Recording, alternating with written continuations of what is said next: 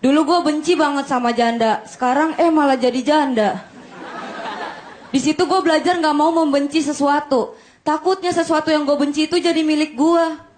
Makanya pas pertama kali gue lihat Pak Jarwo, gue nggak berani benci sama dia. Takutnya dia jadi suami gue. Masa gue nikah sama Pak Jarwo? Pak Jarwo kan udah tua ya. Kalau gue nikah sama Pak Jarwo nggak lama janda lagi gue.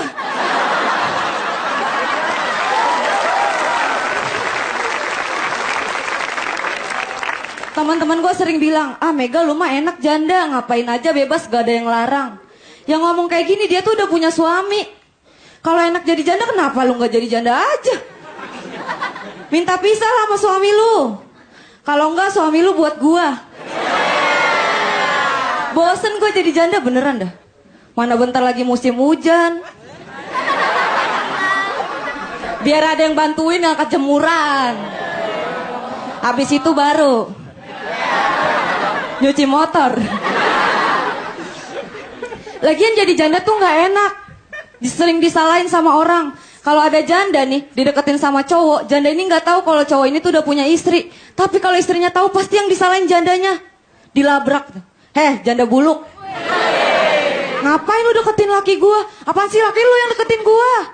Tetap aja lu salah karena lu janda. Makanya punya suami. Biar kita bisa tukeran. Kebetulan suami gue udah soak no.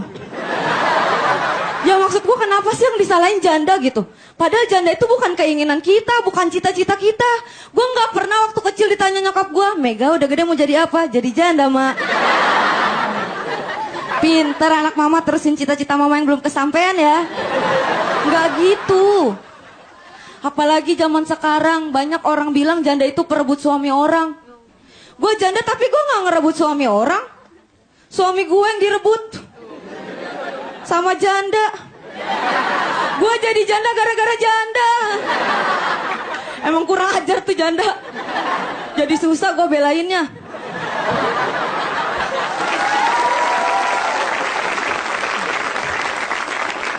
Dan jadi janda itu susah. Apalagi gue udah punya anak satu. Gue harus jadi ibu sekaligus bapak di waktu yang bersamaan.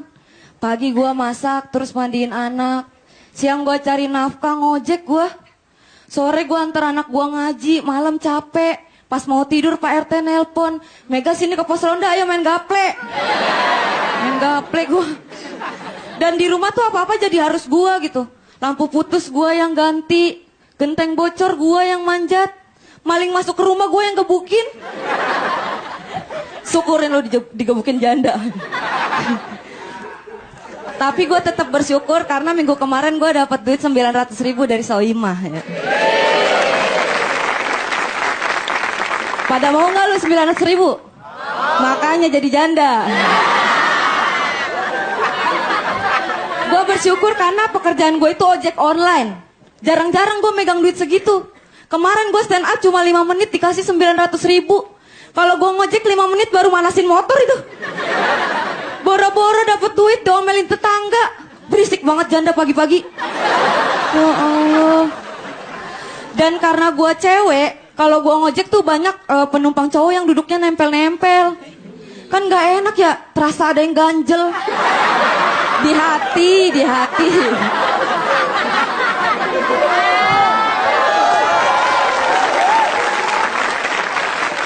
Apaan sih nih orang? Baru kenal nempel-nempel. Mending kalau ganteng. Kalau kayak Andika Pratama mah gak apa-apa dan nempel-nempel. Kalau perlu punggung gue kasih lem. Biar kalau dia nempel gak bisa lepas itu. Kalau tujuannya dekat dari sini ke Kalideres, gue puterin Majalengka. Biar jauh. Biar lama gue boncenginnya. Ini mah udah jelek, dekil, bau. Mana keteknya basah. Giginya hancur. Mukanya bengap. Kayak kuli habis ditonjok mandor. Ya Allah duduknya nempel-nempel. Gue dapet penumpang kayak gitu gue kebutin. Kalau perlu tali remnya gue putusin. Nabrak dah biarin. Biar dia diantar ambulans sekalian.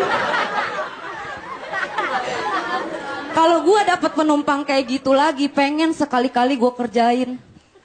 Mau kemana pak? Mau ke Kalideres neng. Tapi mampir dulu ya Pak ke Setim, cuci motor Neng. Cuci Bapak. Kotor banget Bapak kayak sepak